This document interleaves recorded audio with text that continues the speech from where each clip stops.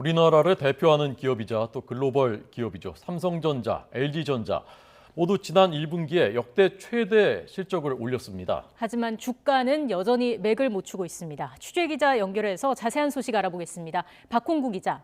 네, 경제부입니다. 자, 먼저 삼성전자의 실적이 어느 정도인지부터 알아볼까요? 예, 삼성전자가 발표한 1분기 잠정 실적을 보면 매출 77조 원, 영업이익은 14조 1천억 원으로 각각 지난해 같은 기간보다 17.8%, 50.3% 증가했습니다. 매출은 지난해 3, 4분기에 이어 3개 분기 연속으로 역대 최고치를 경신했고, 영업이익은 1분기 기준으로 2018년 15조 6천억 원 이후 역대 두 번째입니다. 영업이익을 부문별로 보면 반도체가 8조에서 9조 원으로 가장 많고, 스마트폰 등 네트워크 사업 부문이 약 4조 원, 가전 부문 7천억 원, 그리고 2016년 인수한 자동차 전장 사업 업체인 하만에서 약 2천억 원의 이익을 냈습니다.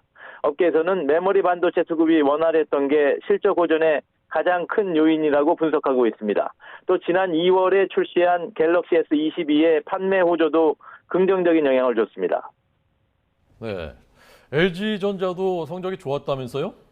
예, LG전자는 5부제 컬렉션으로 대표되는 프리미엄 가전과 올레드 TV가 잘 팔리면서 일시적 특허 수익까지 더해져 분기 최대 매출과 최대 영업이익을 달성했습니다. LG전자의 1분기 매출은 21조 1천억 원으로 전년 동기 대비 18.5% 증가했고, 영업이익은 1조 8,801억 원으로 기존 역대 최고 기록이었던 1조 7천억 원을 뛰어넘었습니다. 일시적 특허 수익 부문이 눈에 띄는데요. LG전자가 정확한 내용을 밝히고 있진 않지만 이동통신이나 IT 관련 특허 수입으로 추정됩니다. 이 특허 수익이 적어도 5천억 원은 넘을 것으로 보입니다. 네, 그런데 삼성전자와 LG전자 모두 주가는 크게 떨어졌잖아요. 이건 왜 그런 건가요? 예, LG전자는 좀 오르고 있지만 삼성전자는 오늘도 보합세입니다. 삼성전자는 분기 최대 실적을 발표했던 어제도 주가가 떨어져서 52주 최저가인 6만 8천 원의 거래를 마쳤습니다. 4월 들어 주가는 2.3% 하락하며 부진을 이어가고 있습니다. 전문가들은 우크라이나 침공 사태와 중국의 코로나 봉쇄 같은 대외 악재, 인플레이션으로 경기가 불안하다는 점을 삼성전자 주가 부진의 이유로 꼽고 있습니다. LG전자 역시 어제 실적 발표 전까지만 해도 52주 신저가를 쓸 만큼 부진을 면치 못하고 있습니다.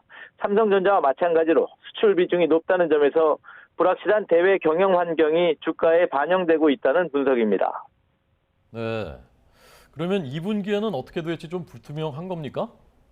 예, 2분기 이후 올해 양사의 실적은 매우 좋을 것으로 예상됐습니다. 업계에서는 삼성전자와 LG전자가 올해 말까지 좋은 실적을 이어갈 것으로 보고 있습니다.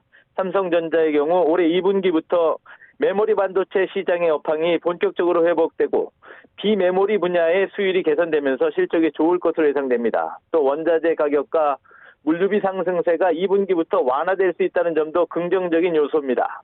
LG전자는 새로운 가전과 프리미엄 제품 판매가 지속 확대돼 매출 성장을 견인할 것으로 예상됩니다. 여기에다 차량용 반도체 부족 사태가 개선되면 전장 사업 분야가 흑자로 전환돼 실적이 보탬이 될 것으로 보여 역대 최대 실적을 기록할 것으로 전망됐습니다. 그럼 주가는 어떻게 움직이게 될까요? 예, 특히 삼성전자의 주가가 관심인데 아시다시피 시가총액 400조 원이 넘는 코스피 1위 종목입니다. 소액 주주만도 560만 명에 달하는 대표 주식인데 주가가 연일 맥을 못 쳐서 힘들어하는 분들이 많습니다. 하지만 현재 나와 있는 대외 악재 외에도 대규모 투자나 사업 확장 같은 미래 발전 전략이 보이지 않는다는 점이 주가 부진의 근본적 원인으로 지적되고 있습니다. 주가는 미래 가치를 반영하는데 지금 삼성전자는 펼쳐놓은 사업은 잘하고 있지만 향후 성장성을 기대하기가 힘들다는 겁니다. 기업의 가치를 끌어올릴 새로운 비전이 안 보인다는 건데 여기에는 이재용 부회장의 불안정한 상황이 반영되어 있습니다. 이 부회장은 지난 2017년 미르 K재단 재판 이후 5년째 재판에 묶여 요즘도 매주 삼성물산과 제일모직 합병 관련 재판에 출석하고 있습니다. 이 재판은 내년 1월까지 공판 계획이 잡혀 있습니다.